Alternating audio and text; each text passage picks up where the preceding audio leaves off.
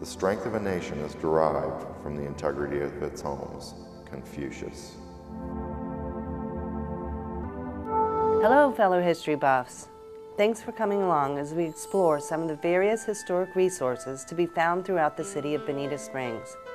This particular stop along our guided virtual tour is the building known historically as the Haldeman House, located at 10010 Pennsylvania Avenue.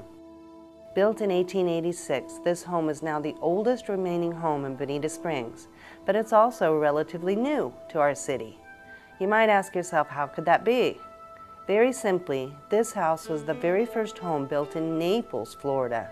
But well over a century later, in 2005, it was rescued from near certain demolition by local preservationist Christian Busk, who had the house moved some 15 miles to the north and situated upon its current site. The home was originally built on a 5.5-acre strand of pristine beach by retired Confederate Army Colonel and Kentucky State Senator John Stuart Williams. Williams had been lured to the area by the press, which promoted it as surpassing the bay in Naples, Italy.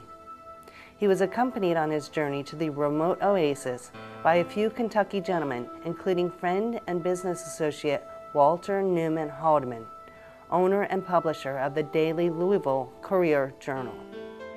At that time, the coastline was almost entirely uninhabited, save for early settlers who first arrived in the 1860s, Roger Gordon and Joe Wiggins, both commemorated with the naming of Gordon's Pass and Wiggins Pass.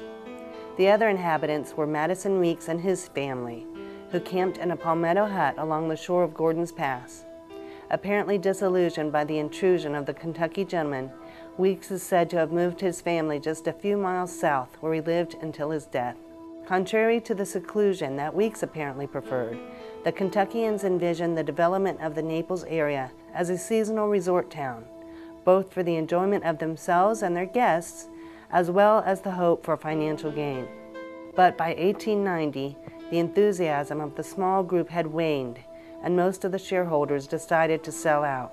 Despite the stock auction having been well advertised, Haldeman had the good fortune to be the only person to show up for the bidding. So for just the amount of money owed to him, Haldeman became the sole shareholder of the Naples Company, formerly known as the Naples Town Improvement Company, and received ownership of around 10,000 acres of land, as well as a mighty steamboat which was named Fearless.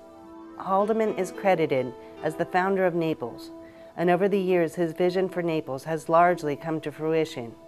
Ironically, though, it was another boom of development, the real estate boom of the early 2000s, that threatened to be the demise of the cherished family home. By 1889, Haldeman had purchased the home from his friend Colonel Williams, and it had remained in the family ever since, right up until developers bought the property for Prospect in 2005. The Gulf-front location of the home beside the Naples Pier was deemed too valuable for the single-family residents to remain on site. Today, this pure, low Victoria board and batten house rests safely along the banks of Oak Creek. With all original floors, doors, and windows, restructuring is at a minimal. Several additions have been made to the structure over the years, but all were in keeping with the original plan, and only limited gingerbread accents have been added. Rather uniquely, it has triangular cross-sections instead of vertical planks on the exterior. Also unusual for homes built before 1927, this historic residence was constructed using local Florida cypress wood for the frame, siding, and milled trim work. Notice the extraordinary detail of the trim work in every room. Additional architectural features such as the bay window in the formal dining room, the fireplace in the enormous living room, and the numerous outside venues will allow future residents to become enchanted by the former oldest home in Naples, now the oldest in Bonita Springs.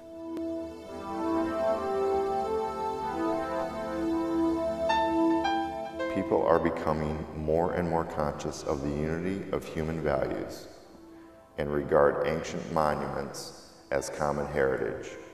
It is our duty to hand them on in the full richness of their authenticity.